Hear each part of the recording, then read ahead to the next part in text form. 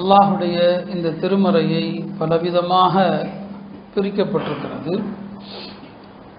குர்ஆனுடைய சூறாக்கள் 114 சூறாக்கள். 114 சூறாக்களையும் நபி ஸல்லல்லாஹு அலைஹி வஸல்லம் அவர்களே அதை 4 வகையாக பிரித்தாங்க. ஆரம்ப 7 சூறாக்கள், அந்த 7 சூறாக்களுக்கு திவால் என்று சொல்லுவாங்க. திவால் என்று சொல்லப்படும். திவால்னு சொன்னால் மிக நீளமான 7 சூறாக்கள். அது கணக்கில் நீங்கள் எண்ணி பார்த்தா 8 வரணும். சூரா அன்ஃபாலையும் தௌபாவையும் ஒன்றா சேர்த்துருவாங்க. இந்த 7 சூறாக்கள் குர்ஆனிலேயே ஆக நீளமான சூறாக்கள். வசனங்களும் பெருசாக இருக்கும், பெரிய பெரிய சட்டங்களாக இருக்கும். இந்த ஆரம்ப சூறாக்களுக்கு பேர் திவால். ஏன்னா குர்ஆனை பற்றிய அறிவு நமக்கு தெரியணுமா இல்லையா? அதற்கு அடுத்து அந்த திவால் சூறாக்கள் 7 முடிந்த பிறகு அடுத்து ஒரு 11 சூறா வரும். அந்த 11 சூறாக்களுக்கு மியின் என்று சொன்னால் 100 வசனங்களை விட குறையாத சூறாக்கள் அப்படின்னு அர்த்தம். அது ஒரு 11 சூறா. அந்த 11 சூறா முடிந்த பிறகு ஒரு 20 சூறாக்கள் வரும். அந்த 20 சூறாக்களுக்கு பேர் மசானி. மசானினா திரும்ப திரும்ப வரக்கூடிய வரலாறுகள் என்று அர்த்தம். சரிங்களா? இப்போ ஆரம்ப 7க்கு பேர் திவால், அதுக்கடுத்து ஒரு 11 சூறாக்கள் மீன், அந்த 20க்கு பிறகு வரக்கூடிய சூறாக்கள் அதுக்கு பேர் தான் முஃபஸ்ஸல் என்று சொல்லுவாங்க. இந்த 4 வகையை நபி ஸல்லல்லாஹு அலைஹி வஸல்லம் அவங்களே பிரிச்சுட்டு சொன்னாங்க. இந்த ஆரம்ப திவால் 7 இருக்கு இல்லையா, அது அல்லாஹ் எனக்கு தௌராத்துக்கு பதிலாக கொடுத்தான். தௌராத்துக்கு பதிலாக ஆரம்ப 7 பெரிய சூறாக்களை அல்லாஹ் அதுக்கு பதிலாக கொடுத்தான்.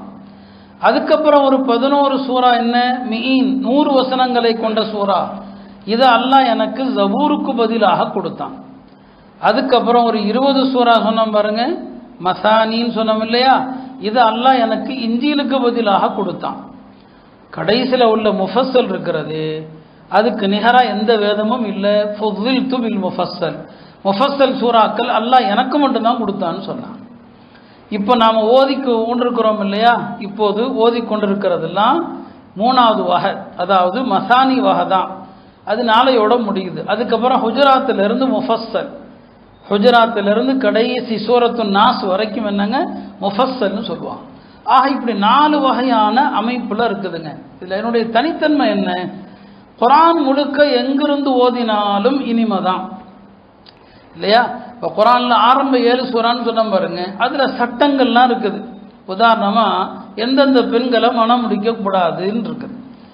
எந்த பெண்களை மனம் முடிக்கக்கூடாதுங்கிறது அல்லாஹ் பல பெண்களை சொல்கிறான். உங்களுடைய தாய்களை மனம் முடிக்கக்கூடாது, சகோதரிகளை மனம் முடிக்கக்கூடாது என்றெல்லாம் சொல்கிறான். இதை சாதாரணமாக ஒரு மனுஷன் ஒரு இனிமையாக ஒரு இசை ராகத்தில் இதை ஓத முடியுமா? யோசிச்சு பாருங்க. ஆனால் குர்ஆனுக்குரிய தனித்தன்மை என்ன, இந்த சட்ட வசனங்களை கூட நீங்கள் அழகாக இனிமையாக ராகமாக ஓத முடியும். சாதாரணமாக இனிமையாக சொல்கிறதுங்கிறது எல்லா வார்த்தையும் சொல்ல முடியாது. கவிதை இருக்குதுன்னு சொன்னால் கவிதை கண்டு தனி தனி யாப்பு நடைகள் இருக்கிறது. கவிதையில் இத்தனை எழுத்துக்கள் இருக்கணும்னு இருக்குது. அப்படி இருந்தால் தான் அந்த கவிதை ராகமாக இருக்கும். ஆனால் குர்ஆன் அப்படி கிடையாது. அல்லாஹ்வுடைய இந்த திருமறை எவ்வளோ பெரிய அற்புதம்னு சொன்னால், இதில் வரக்கூடிய சட்ட வசனங்களையும் இனிமையாக ராகமாக ஓதலாம். இதில் வரக்கூடிய உபதேசங்கள், அறிவுரைகள், மறுமையை பற்றி வருது, அதையும் ராகமாக ஓதலாம். அப்படித்தான் இந்த 4 வகையான சூறாக்கள். ஒவ்வொரு சூறா ஒவ்வொரு அழகு. அதில் கடைசி வகை தான் முஃபஸ்ஸல் என்று நபி ஸல்லல்லாஹு அலைஹி வஸல்லம் சொன்னாங்க. அருமையானவர்களே, குர்ஆனை பற்றிய விஷயங்களை நாம் தெரியணும். அப்போ தான் குர்ஆன் மீது நமக்கு பற்று அதிகமாகும். அருமையானவர்களே, ஆக இவ்வாறாக நாம் 25 ஜுஸுகளை கடந்திருக்கிறோம். இன்றைக்கி நாம் கிட்டத்தட்ட 5 சூறா ஓதி இருக்கிறோம். ஆரம்பத்தில் சூரா ஃபுஸ்ஸிலத் ஓதப்பட்டது. அதற்கு பிறகு 2வது சூரா அஷூரா என்னங்க ஓதப்பட்டது, ஸுஹ்ருஃப் ஓதப்பட்டது, துஹான் ஓதப்பட்டது, கடைசியாக ஜாசியா ஓதப்பட்டது. குர்ஆனுடைய சூறாக்கள் அதன் பெயரெல்லாம் தெரியணும். சூரா துஹான் குர்ஆனில் உள்ள அதிகமான நன்மைகள் கூறப்பட்ட ஒரு சூறாக்களில் துஹானும் ஒன்று. யார் இரவில் சூரா துஹான் ஓதுவாரோ 70,000 மலக்குகள் காலையில் அவர் எழுந்திருக்கிற வரை அவருக்காக துவா செய்த வண்ணம் இருக்கிறார்கள்.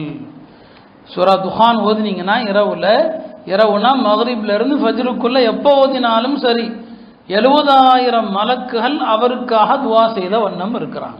எவ்வளோ அற்புதமான ஒரு சிறப்பு. அருமையானவர்களே, இந்த ரமலானுடைய கடைசி 10 விழித்திருந்து செய்யக்கூடிய அமல்களில் துஹான் ஓதுகிற ஒரு பழக்கத்தையும் கொண்டு வாங்க.